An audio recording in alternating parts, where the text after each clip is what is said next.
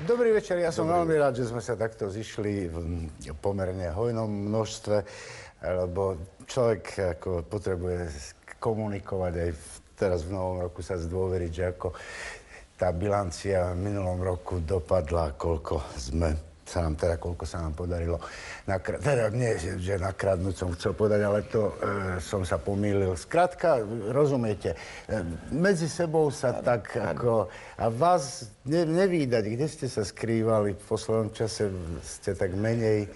Mňa opantala lingvistika. Prosím? Mňa opantala lingvistika. Čo to znamená? Lingvistika. Ale čo to znamená opantala? No opantala ma... Plne som sa oddal lingvistike. A viete, že na to vyzeráte? Fakt, ano? Skutočne. A čo vás zaujalo najviac? Lingvistické záhady v slovenských ľudových piesťach. No tak zanvoďte takú záhadnú lingvistickú. Dobre, lebo nejde mi to do hlavy. Tak napríklad túto.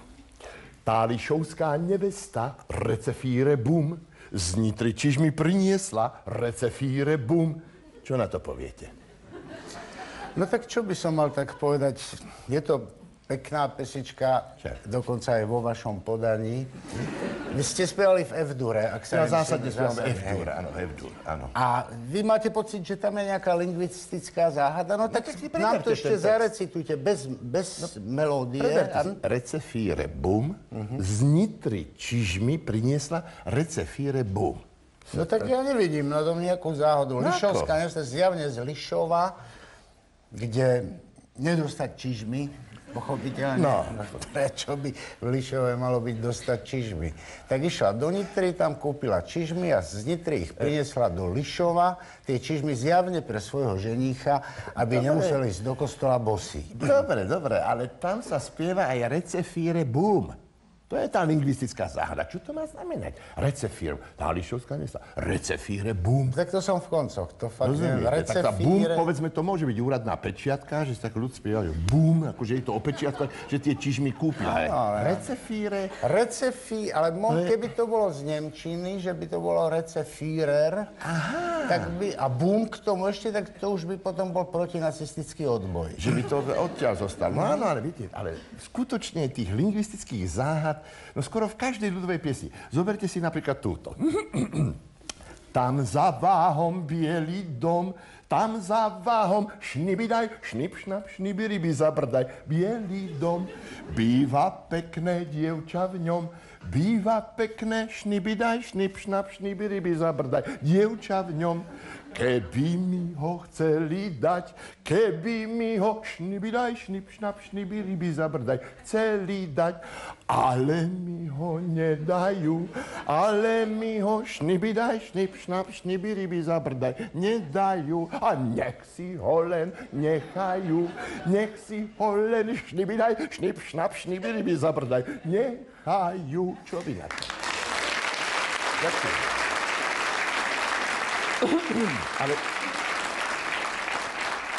Odľahlo mi, lebo som myslel, že už neskončíte. Ale nie, mohol by som pokračovať, ale čo tamto šnibidaj, šnip, šnap, šnibiryby zabrdaj? No tak to neviem, ale takže za váhom, že bielý dom je za váhom, to je celkom logické, ale dosť ďaleko je teda. No tak aj za váhom, hodne ďaleko je bielý dom, pekné dievča býva v ňom, tak to sa ešte zjavne spievalo, keď tam tá Madeleine Albright...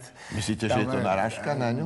Bola, áno. No dobré, ale tie keby mi ju chceli dať, tak to už neviem, kto konkrétne. Ale šnibidaj, to môže byť meno. To ja môže byť inžinier Šnibidaj. Môže byť Šnibidaj a Šnip a Šnap, to sú ako tie tri prasiatka. Aha.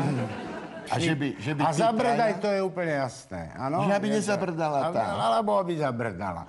A ironicky je to myslené. Hej. No, ale viete, týchto lingvistických záhad, tých slovenských ľudových piesňach, to je hrozne, mňa ide z toho, hlava mi ide roztrhnúť. Hlava vám ide roztrhnúť. Sa.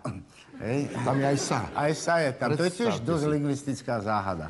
A boli ste už u lekára, vyhľadali ste lekárskú pomoc? Myslíte, že či som bol na psychiatrii? No to... Samozrejme, no však som aj priniesol fľašu tým psychiatrom. Áno. Hneď ju vypili a začali okolo mňa spievať túto slovenskú ľudovú hajli bundy, buli, buli, bunda, hajli bundy, bum, bum, bum, hajli bunda, buli, buli, bunda, takto okolo mňa tancovali. No ale čo toto je za záhad? Psychiatri, hajli bundy, buli, buli, buli, buli. Keby to bolo z hokeja, ale čo to má na slovenskej ľudovej piesni? Bunda, no, tak, ale fakt, toto je veľmi záhadné, najmä keď to spievajú psychiatri. To je... A ja sa týmto teraz zaoberám. Ja som bol na svadbe minule. Gratulujem. No nie na svojej, to už bolo dávno, ale na svadbe a tam z ničoho nič. Ale až po 12. v noci začal jeden... Nalievať? Ja nie, nalievať začali skôr, ale po 12. začal, ale z ničoho nič, tak s takým vzdorom. Lady, lady, dom Šárga liliom. Predstavte si. Šárga liliom, to je zelená lalika. To je žltá, žltá, ale čo je lady, lady, dom, tiež neviem. Toto sú tie lingvistické zády. Lady, lady, dom. Keby to bolo ľady, ľady, dom, rozumiete, tak sa ako udreli. Mrazí, ľady, ľady, treba dať tú žltú laliu do domu. Dom. Žltú laliu. To by som rozumel. Alebo potom, že by to bolo z angličtiny lady, ale neviem. Nie. Lady, tak to som si lady. preštudoval. Angličania nás nikdy v histórii neobsadili. Nie. Títo sa nezavliekli. Tak to neboli Angličania? Nie.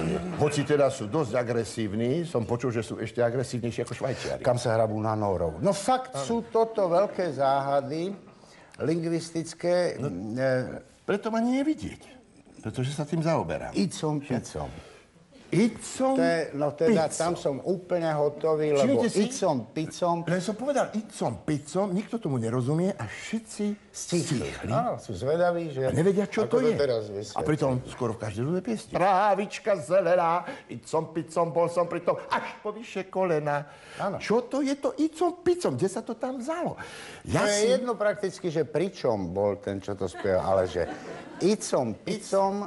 Podľa mňa je to také rezumé. Je to také rezumé, poslanské, ako povedzme, akože suma sumárum, také sumarizovanie. Áno, to sa ťažšie spieва. Suma sumárum, bol som pri tom. Tam by ste sa nezmestili, ale icom, picom, také zhrnutie. Muselo byť 5,5. Také zhrnutie. Taká výzva, povedzme, aj dievčatám v slovenskej ľudovej piesni, aby si zhrnuli teda Čo sa celý dá. svoj... Čo sa dá. Doterajší život. Však? Picom, Predstavte si. bol A som pri tom. to už som si myslel, že prestanem na to myslieť, na tie záhady lingvistické, ale v tom sa pod oknami ozvali vojaci. Však?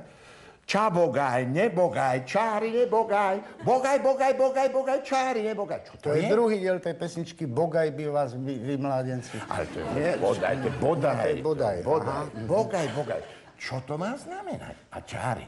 Čári to je... Nejaký plukovník? Nie, to je na Záhorí. Jednak taká malá dedinka, potom aj Čiary sa po záhorácky povie čári. Ale že nemáte bogať čári, to už prisám Bohu vám nevysvetlím, ani keby ste ma tu rozštvrtili. Neviem. Ja viem teraz dve verzie jednej piesne, tiež je to zúfalé. Mal som 7 grajciarov. No povedzte. Mal som 7 grajciarov krinolína, Áno. nosil som ich za Sárou recepína. 3 som prepil, 4 mám, čo ti milá kúpiť, mám krinolína, recepína. No tak z toho jasne vyplýva, že ten dotyčný mal nejaké peniaze a nosil ich za Sárou. A tá druhá verzia? To je Konová manželka inak. A o nej sa spieva v slovenskej ľudovej Áno, to piesni. sa za ňou chodila, nosil, ale čo je to, lititom, a teda krinolína, recepína, alebo druhá verzia je práve liti. Mal som 7 graciarov, nosil som ich lititom za Sárou. Čiže... No tak možno, že Sára chcela trošku z litov a trošku lititom, že nosil za ňou aj litom, aj lititom.